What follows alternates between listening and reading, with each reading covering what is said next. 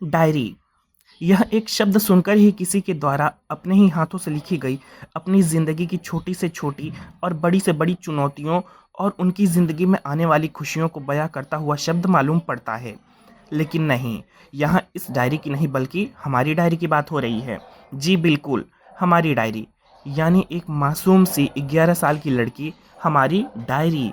अब तक तो आपने समझ ही लिया होगा कि मेरे डायरी कहने का क्या मतलब हुआ।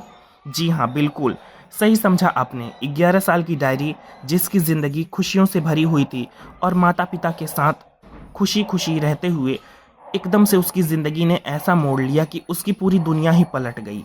माँ बाप की मौत के बाद जब अपने ही रिश्तेदारों ने उसे अपने पास रखने से इनकार कर दिया तो शायद किसी को उस पर दया आ गई और उसने उसे शहर से दूर एक पुराने ऑर्फनेज में रखवा दिया।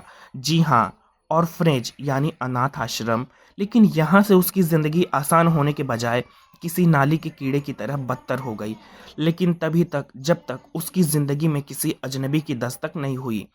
उस अजनबी ने उसे बहुत ही अच्छे से ट्रीट करते हुए उसकी सभी ज़रूरतों को पूरा किया। छोटी सी डायरी की ज़िंदगी एक बार फिर संवरने लगी। खुशियों ने एक बार फिर उसकी ज़िंदगी में दस्तक दी। लेकिन अचानक ही उसके स्वभाव में हुए परिवर्तन ने सभी को हिला कर रख दिया और हंसने खिलखिलाने वाली डायरी एकदम से गुमसुम सी चुप हो गई, जैसे कोई गूंगी लड़की।